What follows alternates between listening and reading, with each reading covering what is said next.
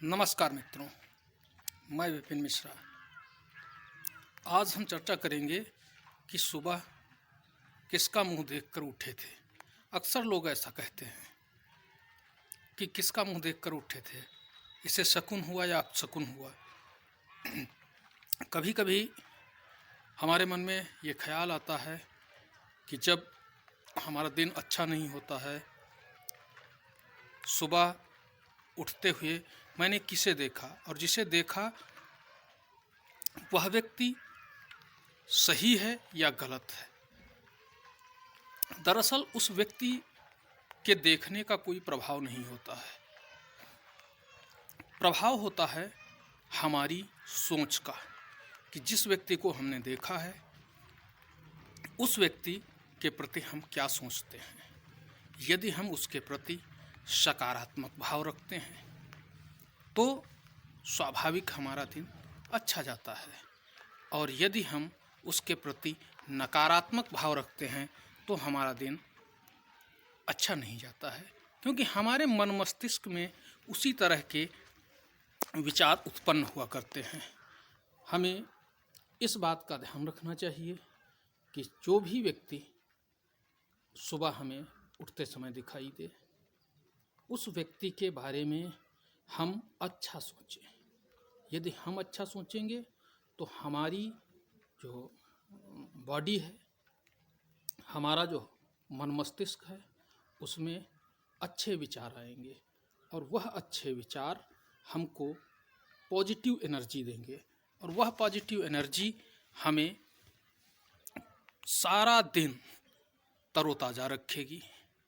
लेकिन हमारे समाज में ऐसी कहावतें हैं, लोग अक्सर ऐसे बातें किया करते हैं जिनका हमारे मन मस्तिष्क पर प्रभाव होता है, और हम भी उसी तरह सोचने लगते हैं कि सुबह जो व्यक्ति हमें दिखा वह कोई न कोई अराजक तत्व है, जबकि हकीकत ये नहीं है।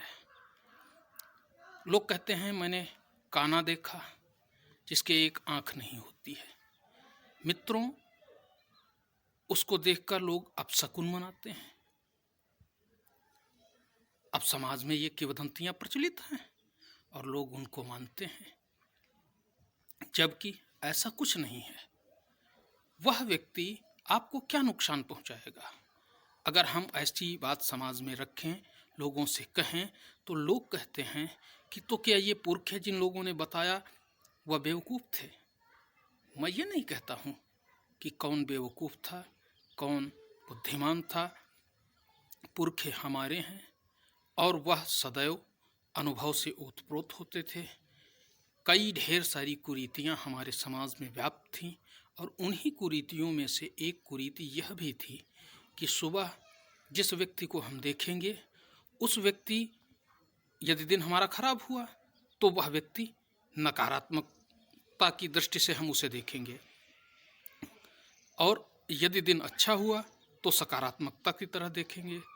हमें इन समस्त बातों पर बहुत ही गौर करना चाहिए, क्योंकि ये शरीर मेरा है, सोच मेरी है, मन मस्तिष्क मेरा है, और समाज में हम किस तरह से चलते हैं ये हमारी सोच पर निर्भर करता है। हम किस तरह से सामने वाले को देखते हैं, जैसा हम उसे देखेंगे वैसा ही हमें भी दूसरा देखेगा। अब समस्या ये आती है कि हम तो दूसरे को नकारात्मक भाव से देखते हैं, तो उसके अंदर भी तो हमारे प्रति नकारात्मक भाव माना कि तुरंत नहीं आएगा। लेकिन हमारी जब मेंटालिटी बदल जाएगी, हमारी सोच बदल जाएगी, हम एक आदत बना लेंगे उस व्यक्ति के प्रति नकारात्मकता की, तो आज नहीं तो कल किसी न किसी दिन तो उसे ये एहसास होगा ही कि यह व्यक्ति मुझे नकारात्मक समझता है। ऐसी स्थिति में वह भी हमारे प्रति वैसी ही सोच रखने लगेगा, और जो ही वह हमारे प्रति वैसी सोच रखेगा, हमें अपने जो संदेह है हमारे हृदय में, वह संदेह हमें प्रबल होता दिखाई देने लगेगा, और जो ही वह संदेह प्रबल होगा, हम सोचेंगे कि इस व्यक्ति के द्वारा शुरू से ही ऐसा कार्य किया जाता है। और हम उसके प्रति लगातार ऐसा भाव रखेंगे जिससे कि हमारे बीच कटुता आ जाए, और ये कटुता धीरे धीरे वैरभाव में परिवर्तित होने लगती है। समाज में हर तरह के लोग होते हैं, अच्छे भी होते हैं, बुरे भी होते हैं, लेकिन सभी लोगों से हम किस तरह से मिलते हैं, हमें ये भी तो सोचना चाहिए।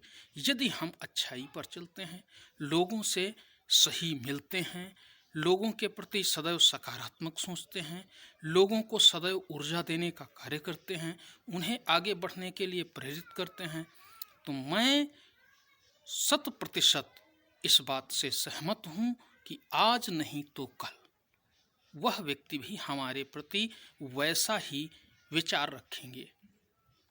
मैं एक घटना का जिक्र करना चाहूँगा। एक्चुअली मैं और एक हमारे मित्र थे, दोनों लोग यहाँ पास में ही एक कस्बा है वहाँ रहते थे, उनका ही घर था, उसी घर में हम रुकते थे।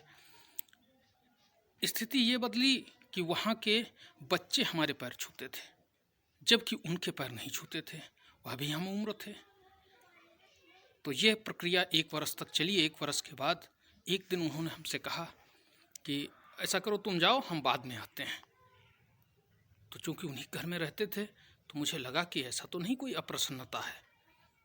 खैर मैं चला गया, वो बाद में आए, भेंट हुई। अगले दिन फिर वही प्रक्रिया। तो हमें बड़ा दिक्कत महसूस हुई कि आखिर ऐसा क्यों हो रहा है। तो अन्य मित्रों से मैंने इस बात की चर्चा की कि भाई उनसे पूछिए कि मुझसे कोई गलती तो नहीं हो गई है। अगर मेरी गलती की वजह से उन्हें कोई ठेस पहुंची है तो मैं उसके लिए क्षमा प्रार्थी हूं।